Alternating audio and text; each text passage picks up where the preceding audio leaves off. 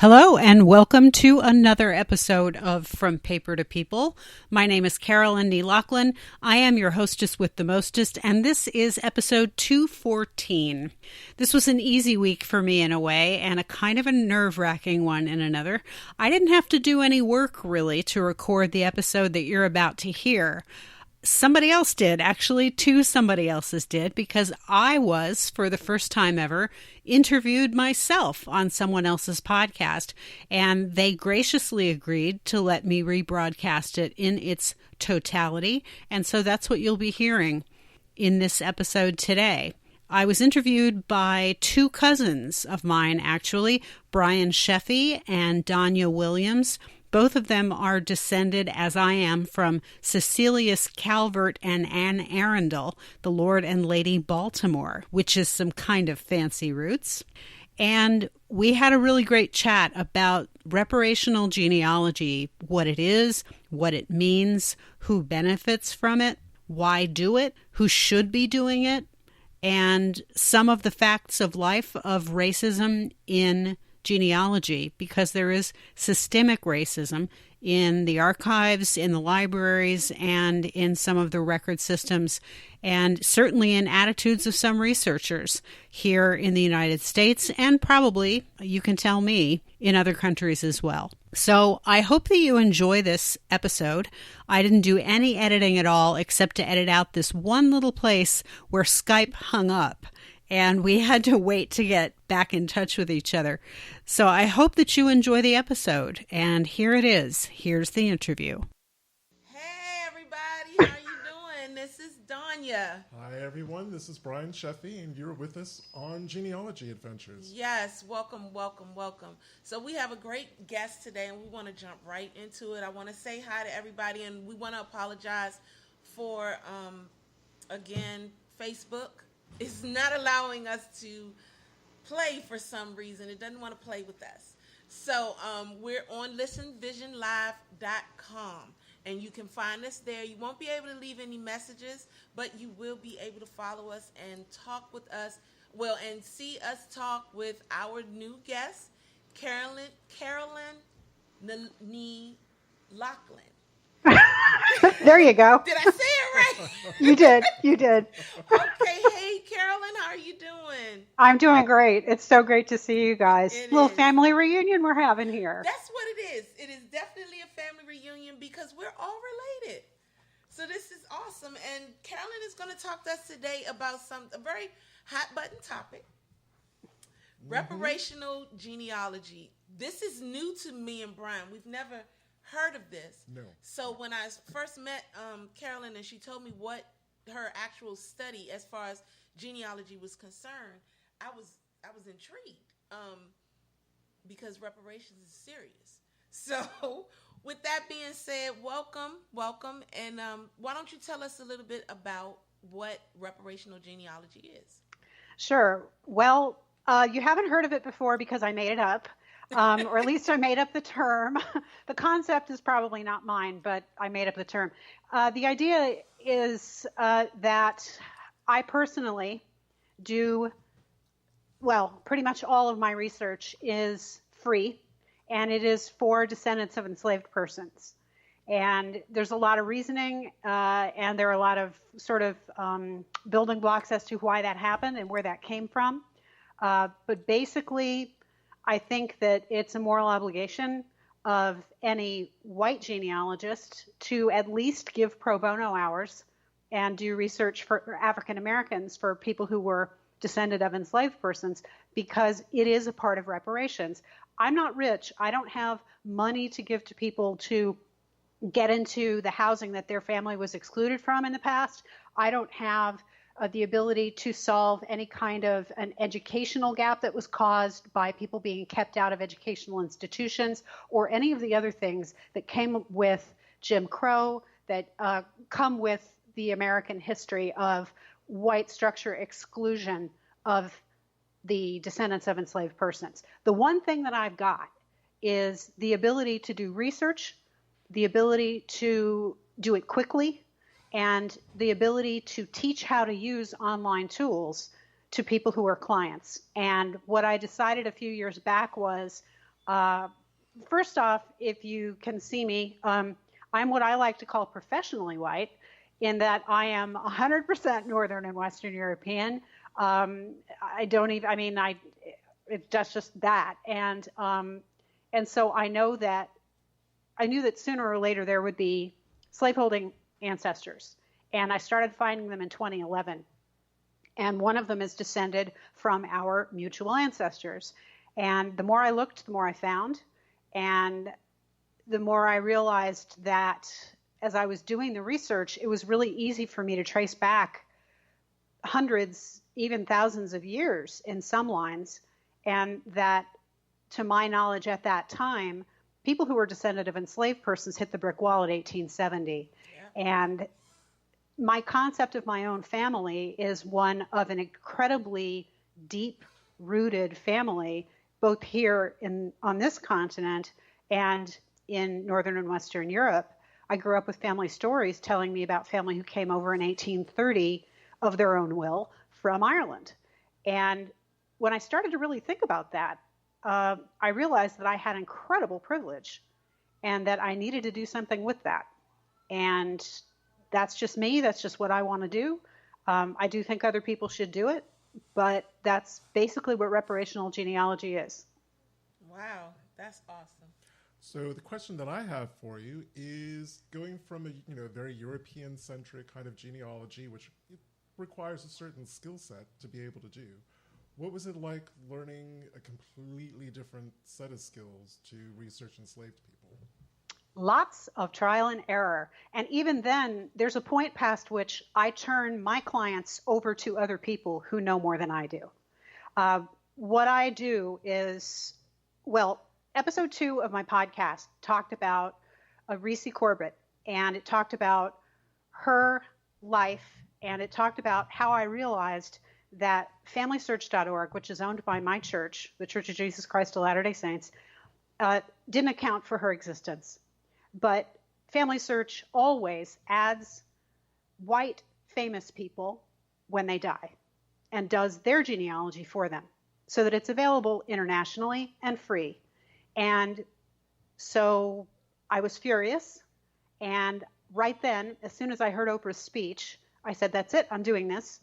And I started doing work on her family. And I had done other African American research before, and basically it took me to a different level of thoroughness and accounting for changing names and error. The differences in ages that show up for one person from census to census are hilarious.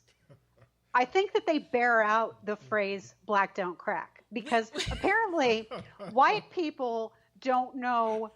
Apparently white people who do censuses or did censuses just thought that everybody pretty much looked alike and that they could sort of guess at whatever they wanted to. I've seen 30-year age ranges for births for people who were either enslaved themselves in free and later life or descendant of enslaved persons.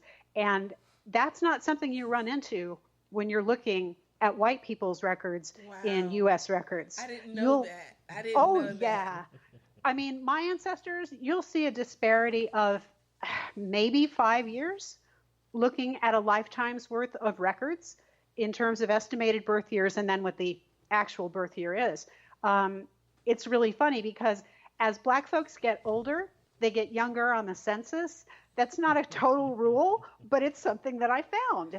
And anybody else who I've worked with or taught, certainly in a church setting, the vast majority of people I've taught were white. And they didn't understand that records were inaccessible. They didn't, because, well, in some cases, if you were to walk into a place and ask for a record that I'm going to walk in and ask for 10 minutes later, you might not get served. Ooh. Depends on where it is. That's happened. That's happened to people I've known. You are touching on some really woo, you are touching on some things. But I wanted to jump in on that black don't crack thing. Brian and I, when we first found Moses, I found Moses first, And for those that don't know, well, most of you guys know, but you might not know, Carolyn, we have a 4-time great-grandfather by the name of Moses Williams, and he had 45 children. Holy cats. 40 girls and 5 boys. And he had them with 2 women. So one woman had 22, the other one had 23. Now, the thing is that when I first found him, we already knew about his son. We didn't know about him. So when I found the Moses Williams in the newspaper, we thought it was him. We thought it was that Moses, the other one. And in that article, it stated that he had 45 children and literally reiterated what I just said. And when I told Brian about that, I told Brian immediately, I'm like, I'm not going to do that research. That's too many kids. And he paid me no attention. But nevertheless, in that article, it also stated that he looked 50, but he was actually 65. Mm-hmm. So that was 15-year difference. Then Brian turns around and finds the obituary. And when Brian found the obituary, we learned in the obituary that only 2 of his children had died. And the obituary was saying that 43 of his kids were still living and that he died at 115 years old. So you can imagine this research because... You see her face? Moses... Sorry, I was stunned to silence for just a moment there. Because the elder Moses was born 1765, give or take.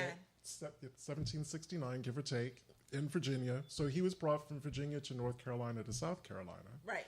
So he lived to be... 115. So that was 1884. 1884. When he died. Yeah. So all of the 45 children were born in the depths of slavery, which right. we're all, we're actively searching for them. Right. Born in the depths of slavery and in Virginia, North Carolina, and South Carolina.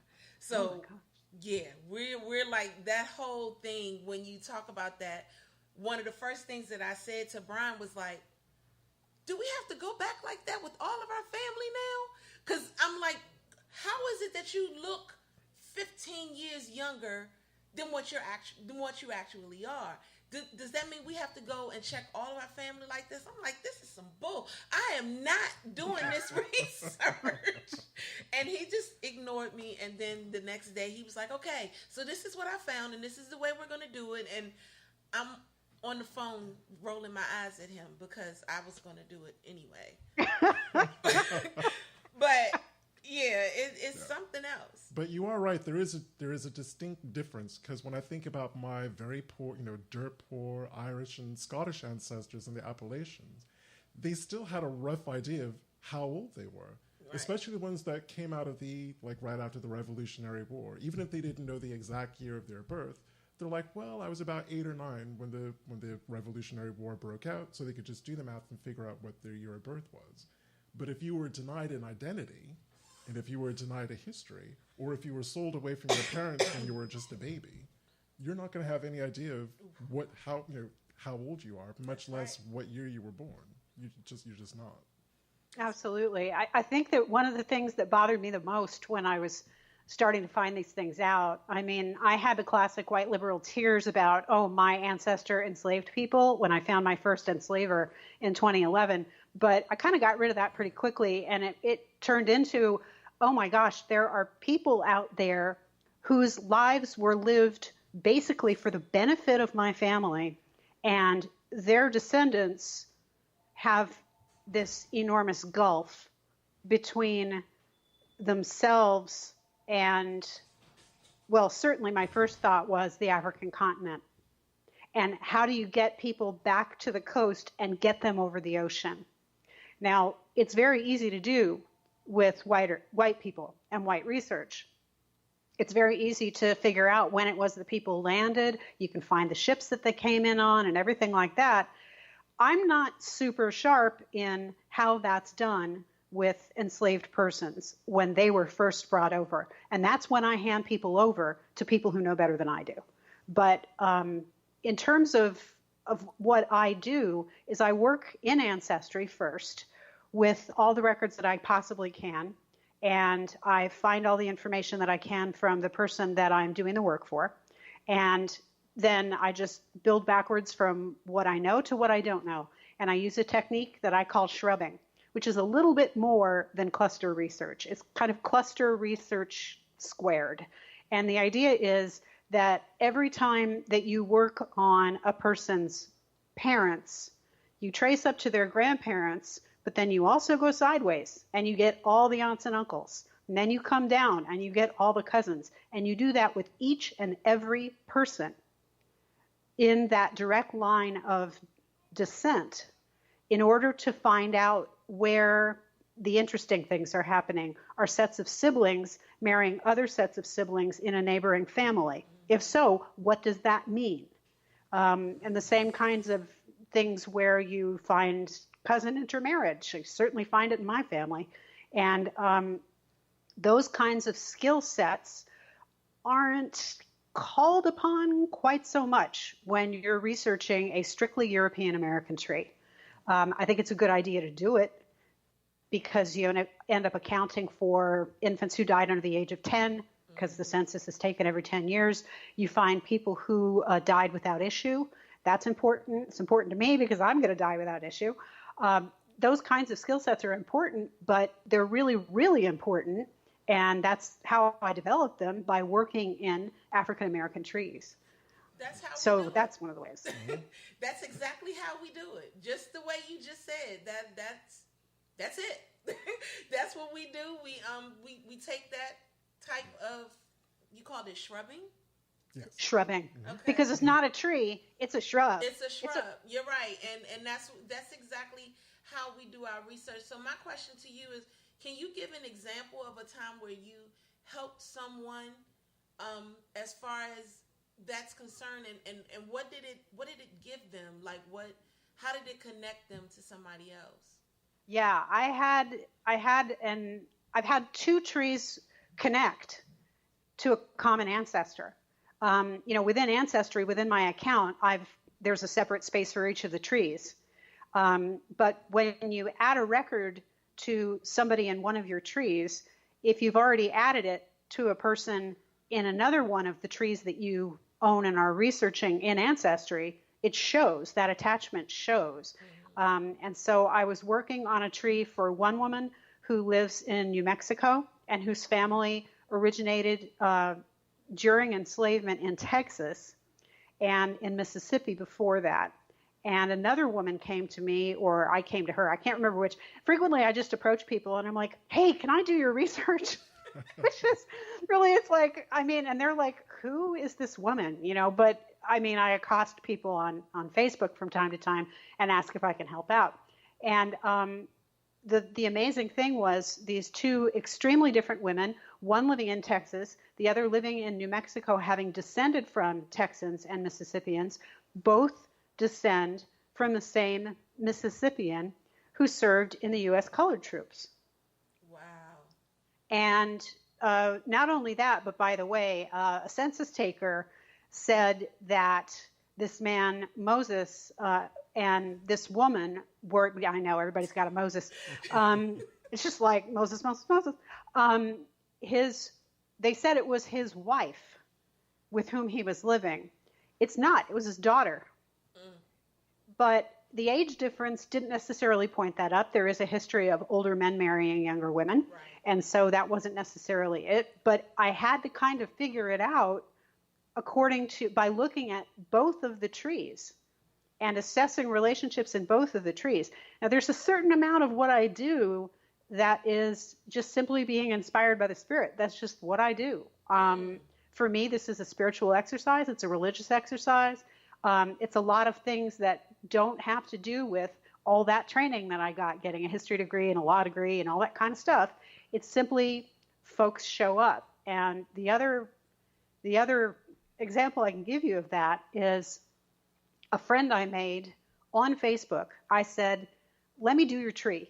And if you want to, we'll discuss it on my podcast. And if you don't want to, we won't. It's totally up to you. And he said, okay.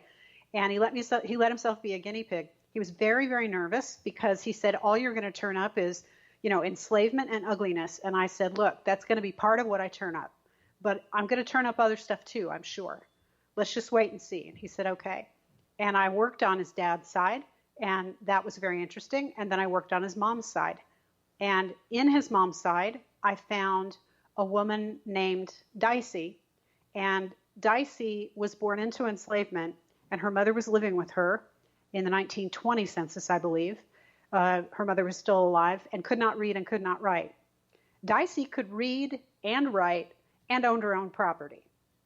She owned the house and the land that she farmed with her family, and she had children. And the thing that was so interesting to me was that those older children, as you're looking at the earlier census records, can't read, can't write. Then they can read and they can write, but they've only had to second grade schooling or so. Right. The youngest of her children had full high school education and graduation. And her grandchildren moved north and got baccalaureate, master's, and doctoral degrees. Wow. Awesome. And that was amazing. Yes. Which is, again, a really good point. Whenever you're looking at census records, don't just click and save the information, open those bad boys up. They're just filled with so much information that actually kind of really brings your ancestors and the extended family to life. Just little things like you can track someone's ability to read and write. Exactly. Like I said, you can see the point where they couldn't, and then you can see the point where they could. Exactly. You saw the change, and that was like with John Yeldale. Yes. Yeah. And then and the thing is that you have, there's so much information in the census record that people tend not to see. Like I was talking to Yolanda. And hey sis, I know you watching. And I was talking to Yolanda today, and we were talking, and we began to realize exactly when Leela married the Morgan guy. Right. And we found that in the 1930 census. Now, in most instances, you have the 1910 and the 1900. That'll give you years of when they were married, and you can go back from that. But in the 1930 census, it actually gave what her age was and the year she got, and how old she was when she first married. Well, the 30 census says she was 22 at that particular moment, but she was 21 when she got married. So guess what? She got married in 1929 because it was the 1930 census. And, we were talking about that, trying to decipher, because he ended up marrying 3 different women. And we were trying to decipher who was first, who was second, and who was third. So that's how we got to her being second. But it was really, really neat to be able to do that and put that down. But that's the kind of work that you have to do as far as researching in African American history. You don't have to do that when you're researching European history. And I guess my next question is, knowing that I am a descendant of a white family who was enslaved, how do you help? How would you help me? Okay, so basically, if I can get to a place where I can understand where the family, the African American family, the enslaved family, was enslaved, if I can find them being born before 1865, then I can start to understand, okay, this is the location of where your family was, at this moment. And I look to see if the generation following the person who was born pre-1865, if those kids were born in the same place. If there are spouses, there are always spouses. What am I saying? In the case of spouses, I look to see, were the spouses living in the same place at the same time? If so, when? How exactly did that work out? Then you can start to go back to old maps, and you can start to look and find who owned land in the area. One of the things that I did recently, I'm working on, now which tree is this? It's one of the Reparational Genealogy Project trees that I'm working on, and someone else in the family did some really great work. And so I don't usually believe other people's ancestry trees. Other people's research is crap. I do my own. That's right. But in this case, these particular descendants of this same core family that I was looking at had found and had snapshotted and saved as a JPEG as opposed to just saving it to their tree, the slave schedules of 1860, and they showed and accounted for family members on that slave schedule. And honestly, I don't have any reason to doubt that, because there are people who are in this to win this for their own family reasons, and they're doing better, more thorough work than I am in that way. So I frequently message those people and say, how did you find that out?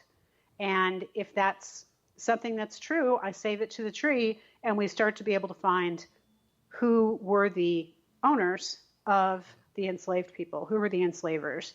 Was that my tree?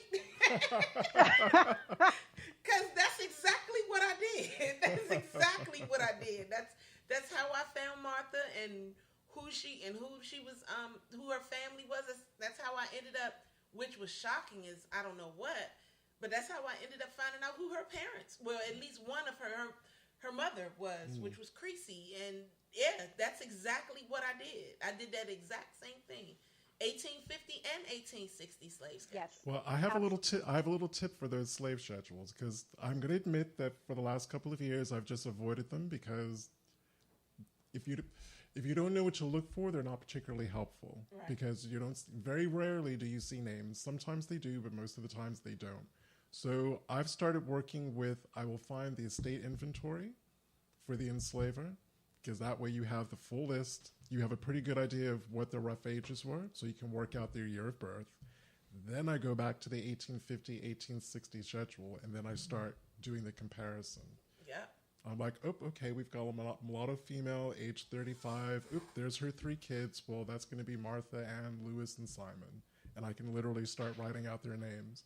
It gets a little bit trickier with people like James Henry Hammond, who had hundreds of enslaved people. So you're going to have multiple people with the same name, roughly the same age.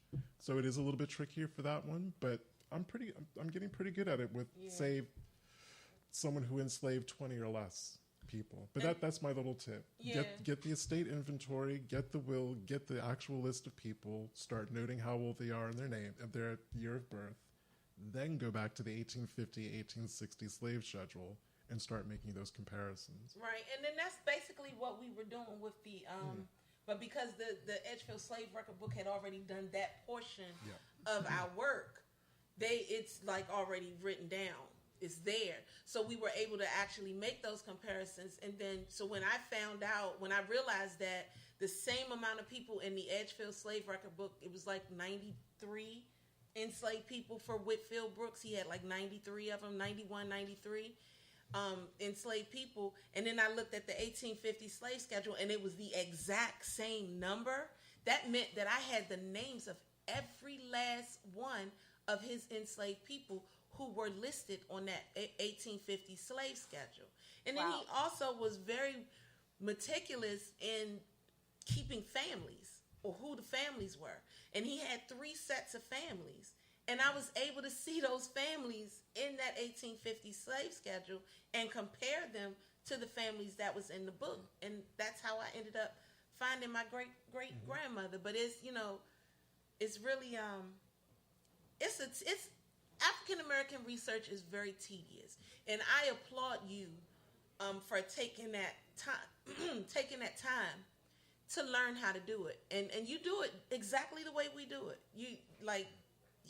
There's like no change or difference in how we do it.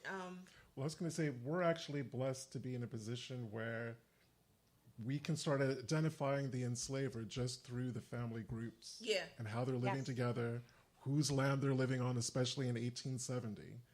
Because I think that's a lot of things, especially for newbie African-American researchers, is getting their head around dour slaves. And for those of you who aren't familiar with that phrase, if you had a woman coming from an enslaving family, marrying a man who came from an enslaving family, she was bringing her enslaved people, which were her property. They weren't her husband's property, they were hers. Right. So you think women have to go move home, it could be a completely different county, to go, set up house with their husband, who may decide, well, I'm kind of bored living in Fairfax County, Virginia. I fancy going to Madison County, Alabama. So again, if you're looking for your enslaved ancestors, not realizing you're looking at dour slaves, you're looking for her people in Alabama, when they're actually you're not going to find them because they're actually from Fairfax County, Virginia. Right. And then that was the other thing that we that the rap Curtis Jackson, or most know as 50 Cent, that's actually what happened to him. His 4-time great grandmother was actually was a Dour slave because the woman was Nancy. I think that she married a Donovan. So when they did his research, they actually said that his enslaved people were originally owned by the Donovans, but they weren't. They were actually owned by the Brooks family. So you don't know if you're going to look for those people under Donovan, you're not going to find them. They're actually under the Brooks line. But I have another question for you, and this goes towards your podcast. Does your podcast talk a lot about this, or is there other things that you do? Because I want to definitely shout your podcast out. So, give that name and everything. Okay. It's called From Paper to People. The idea is we are bringing history to life, right? I teach 3 different kinds of episodes or provide. The first one is a teaching episode. Season 1 was hardcore into teaching how to use Ancestry, do it my way, or suffer the consequences. I am very self-righteous. I've made so many errors in my own work over the past 40 years that obviously, I will have learned something. So there's that. And then number 2 is I like to interview people.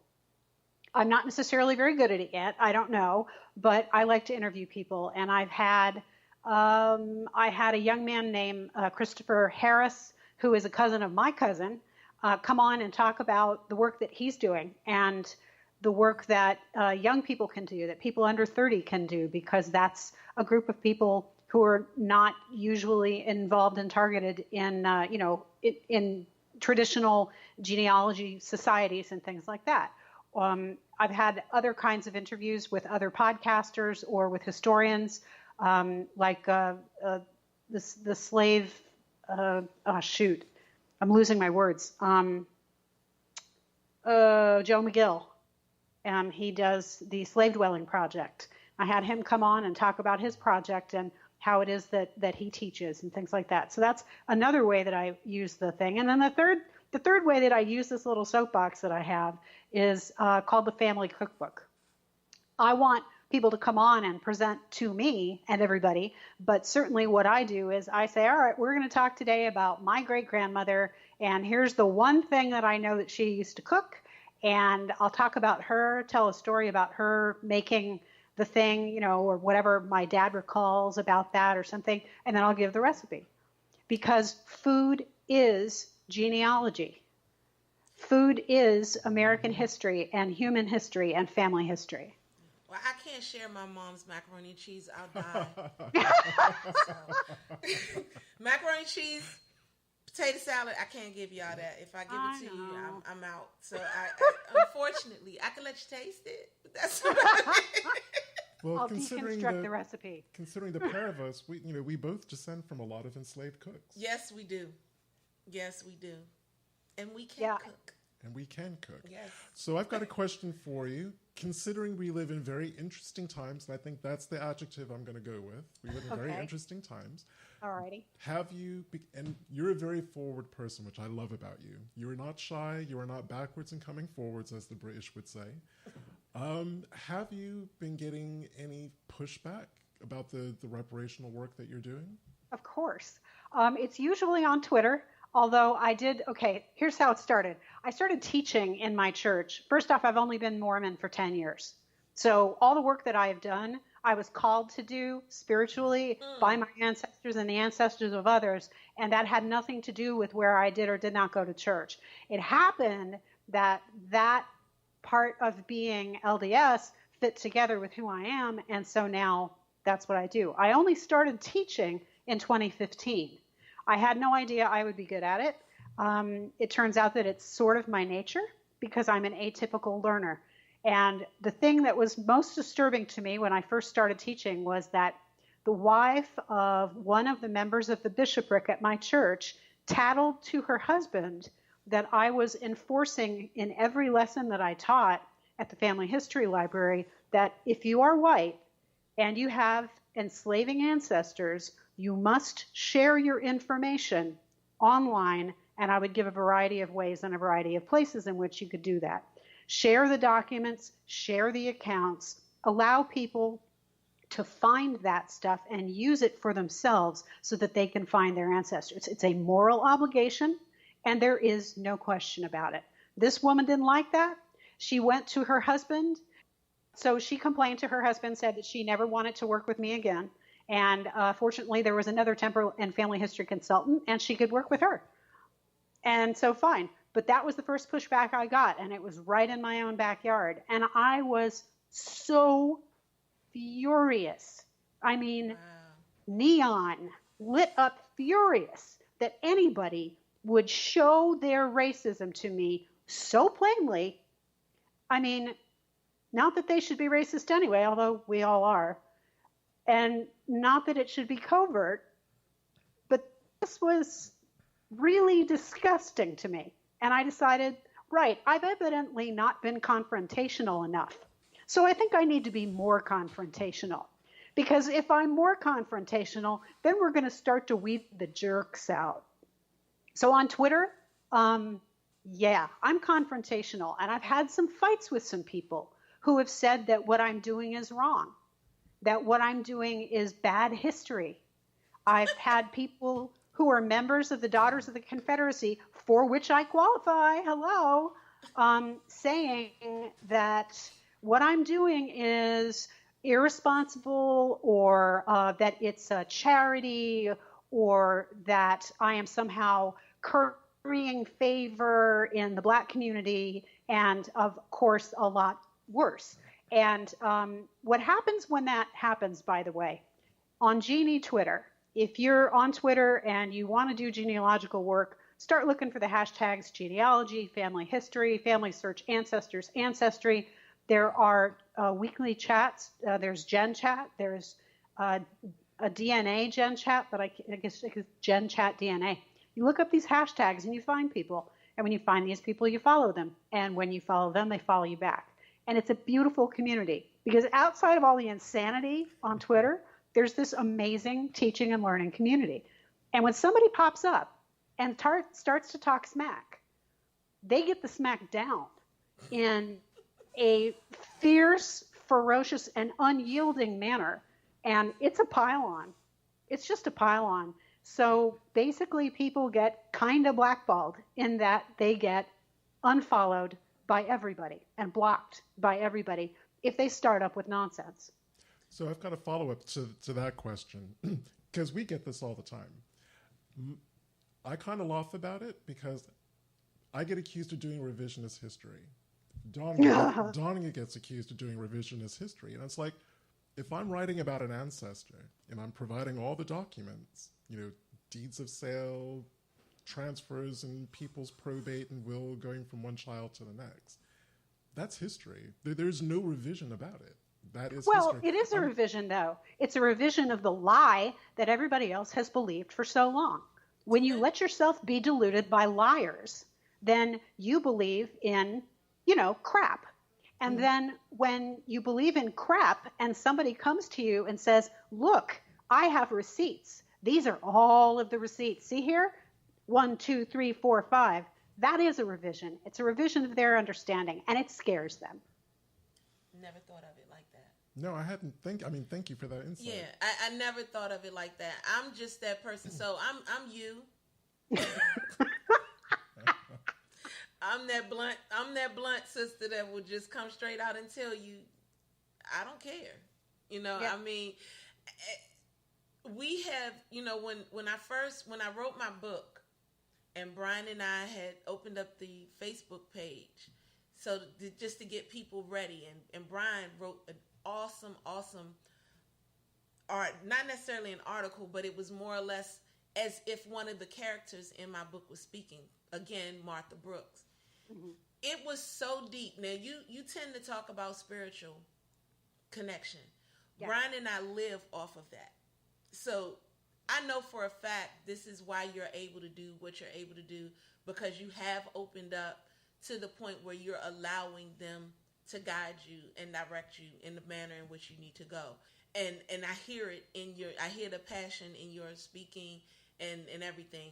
So when Brian wrote this particular write-up about Martha, as if Martha was writing, Martha literally spoke through him. She did.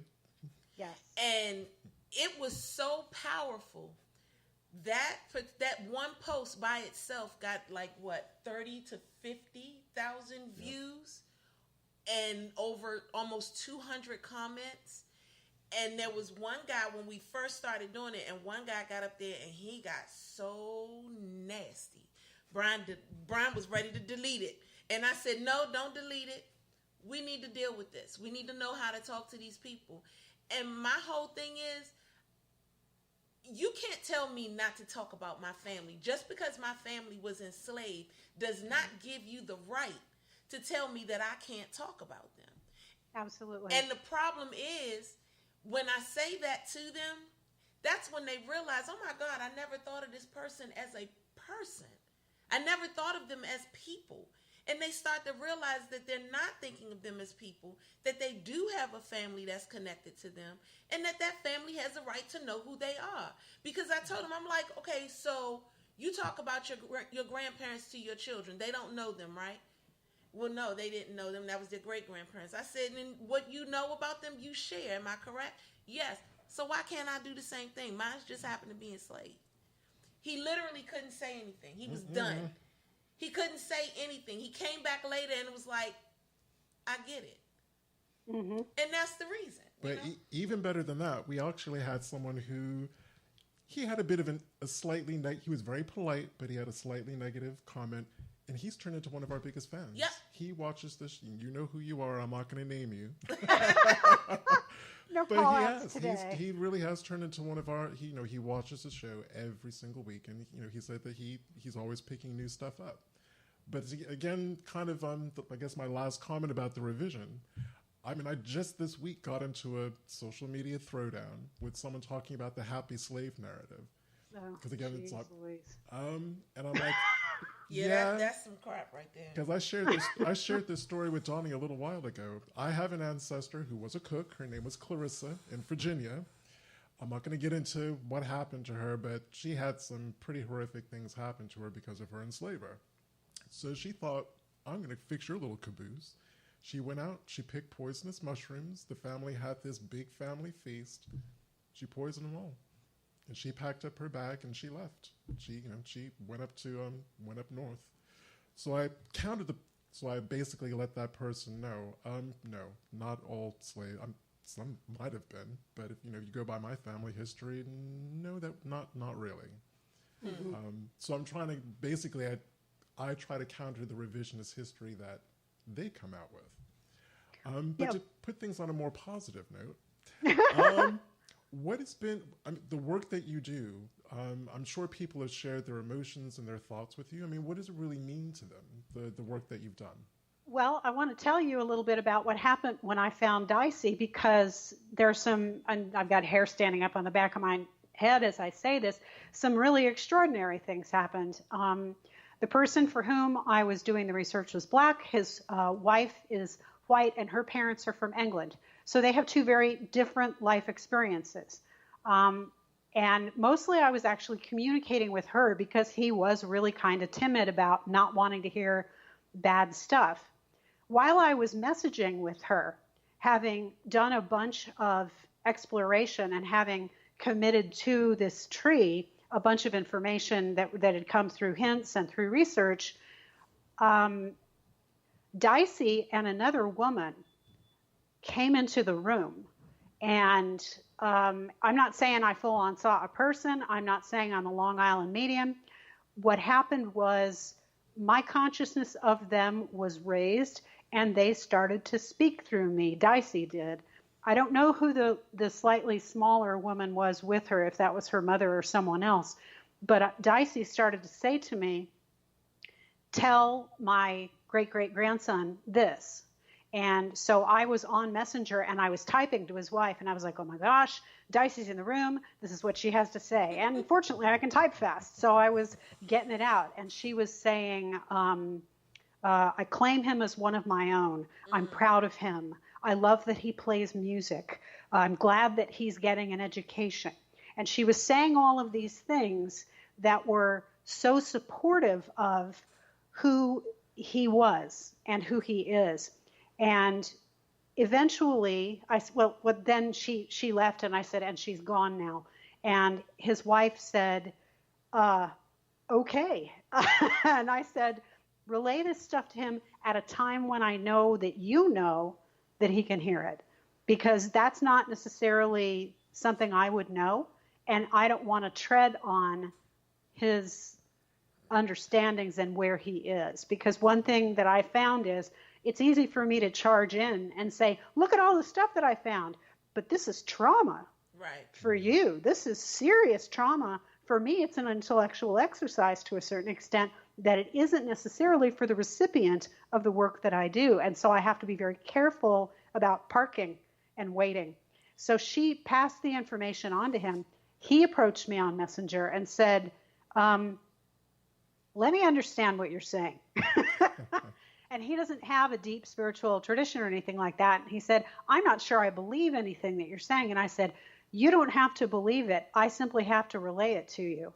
And in the end, we had a conversation where we looked at all of these records and showed that she owned property and that she made sure that all of her children were educated. And that's how his grandfather or great-grandfather got to New York from South Carolina, and how all of these things happened, and how his life became what it is today.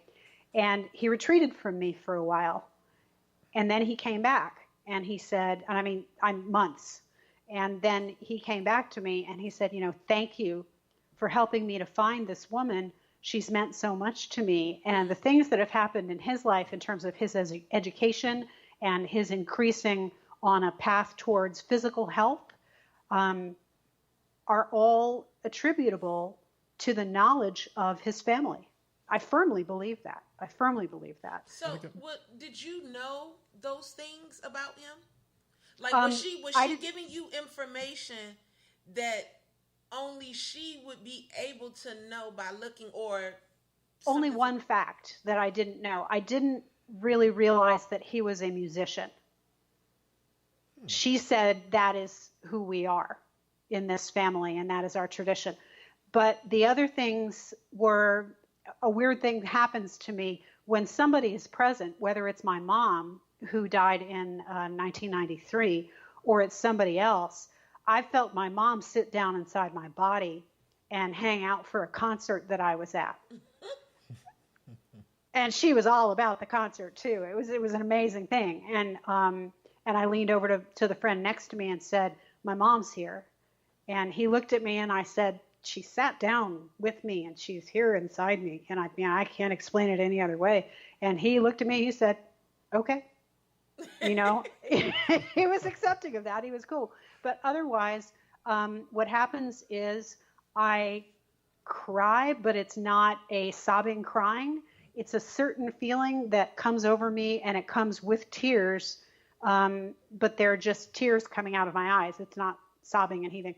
Right. And it's happened to me enough now that I know the difference between I am sad about a thing or I am moved by a thing and somebody's here. Those are two very different kinds of experiences for me. I can't call on them. I can't make them happen. They show up when they do, and that's pretty much it. But don't they just? Don't they? But it's a very clear and firm understanding that I have now, that I have a very close relationship with the other side, that for me the veil is very thin. And that people cross over. I've had people come to me in dreams. That's one I know a lot of people experience. But that spiritual experience is one that I've come to count on, and that honestly I get disappointed about when nobody's coming through and I'm saying, please help me. I'm not sure about this thing. I don't get disappointed. I mean, it's because for me, I was so very afraid of that type of stuff when I was younger. I was like, oh my God, I had an aunt who she played no games with. When she wanted to come and see her sister, my mother, she would come and see her sister and would leave something behind so that you know she was there. She did that. And it, oh my God, I used to be so afraid. And then she went as far as I got older and I had my children, she talked to my daughter. Now, this woman died in 1985. My daughter was born in 1993, and it was 1996. So my daughter did not know Margaret Yeldale at all. She didn't know Margaret Yeldale, but yes, she was standing over there by that daggone window talking to this lady. And I'm like, what lady? While I'm slowly getting up, putting on my shoes. She was like, the lady, right? I'm like, well, what's the lady's name? And she said, Margaret. I'm like, all right, well, you tell Margaret, go to the light, and we about to leave. And I left. I took my daughter, me and my pregnant self, because I was pregnant with my son at the time, and we left. But it scared, I was so afraid of it. And that was the way, that's when I feel like spiritually, God knew, okay, we're not going to reach her this way. I need her to do the live people first. And that will introduce her to those who are dead. And that's what happened. I started just researching my immediate family and learning that my grandparents had 500 to 600 descendants. And I mean, like, my family's huge. But my family is just a drop in the water compared. My immediate family is a drop in the water compared to what we found now. Like, it is amazing how large we really are, because now we're pulling in the cousins and the children of the siblings of our grandparents and great grandparents and so on and so forth. And it's unbelievable. And I feel like there is an obligation as genealogists as a whole for us to be able to share the information that we found. So that leads me to this one last question. How do you feel about this being added into schools? And have you ever spoke at a school and or conference about it? I have been begging to be able to speak. Right now I live in the house that I grew up in, because we're getting it ready to sell, and it's easier for me to be here than to be elsewhere.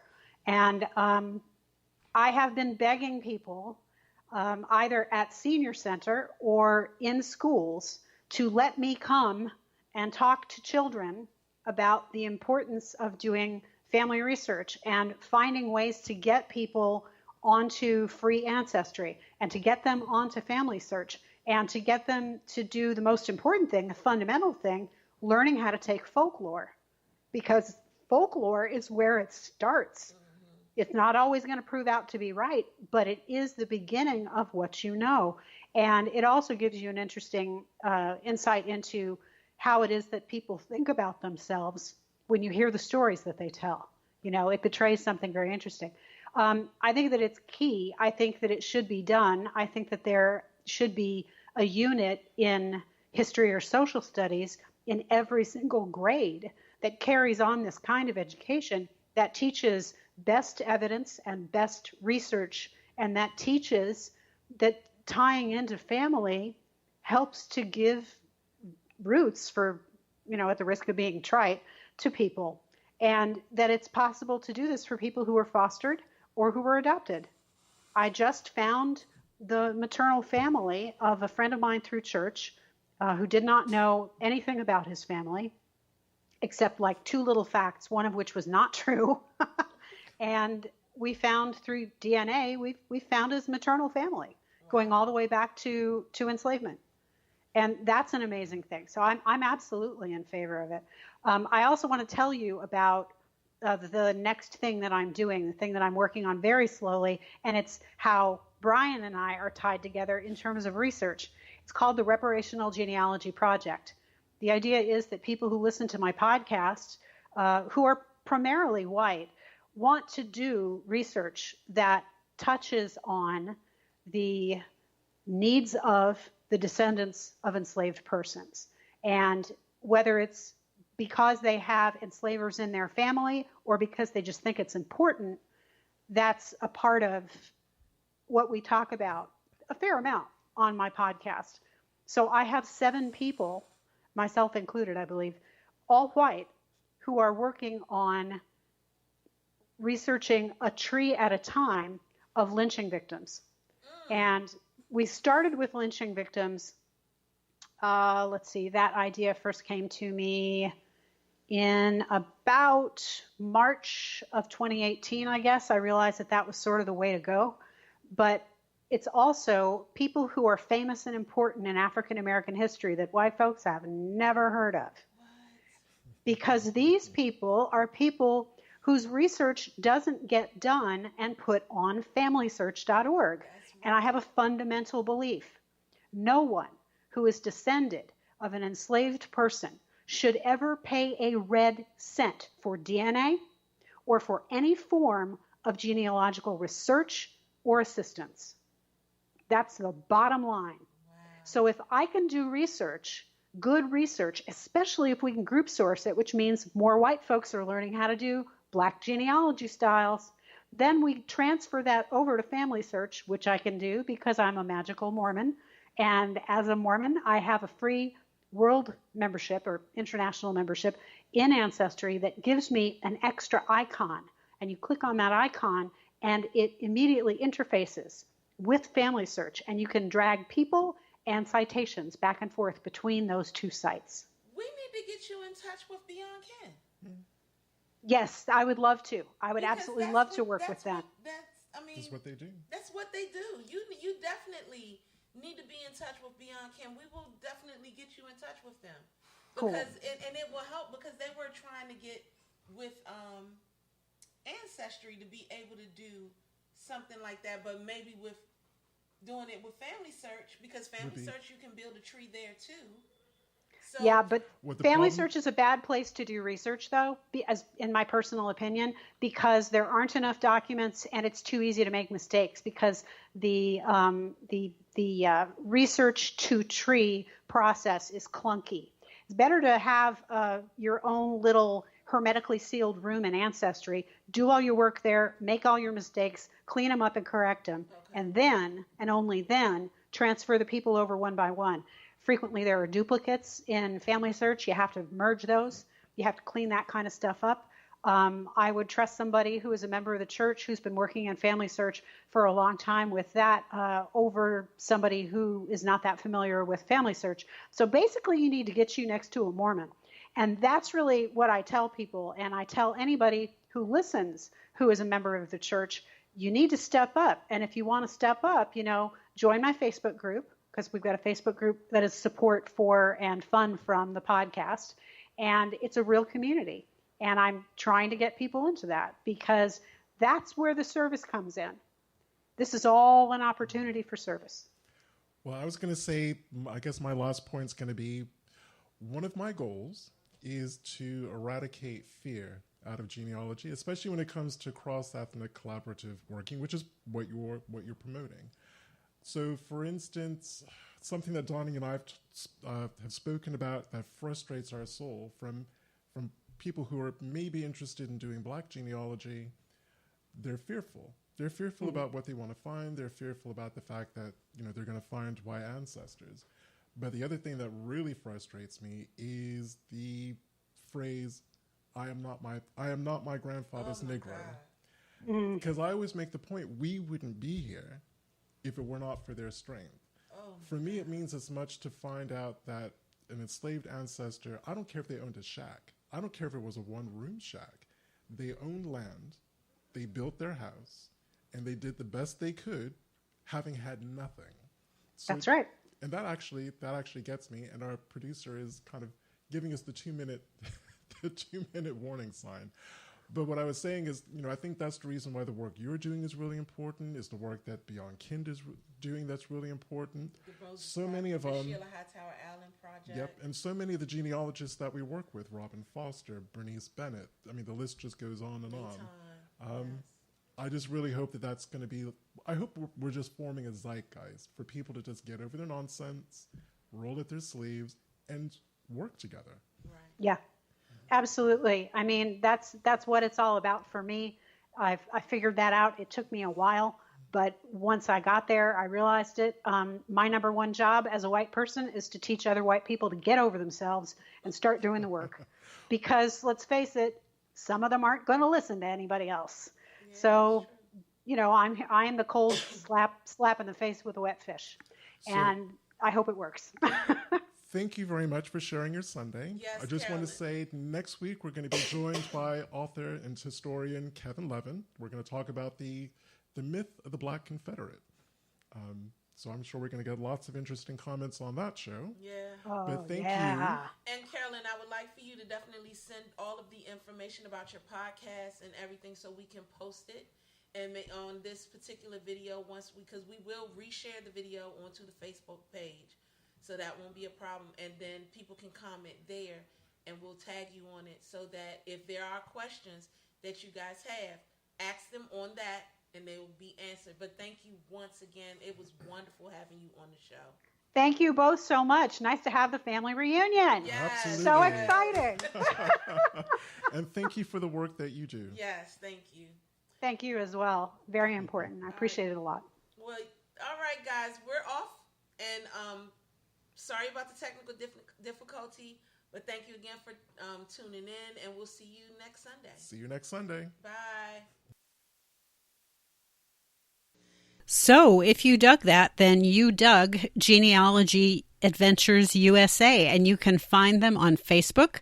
That's where this uploaded video exists. It was supposed to be a video live on Facebook Live, but unfortunately, Facebook Live was not as cooperative as we might have liked. So instead, we did it live through the radio station that they were using, and now everyone can see it on YouTube. And I will post the YouTube address as well as the addresses for all of their social media in the show notes.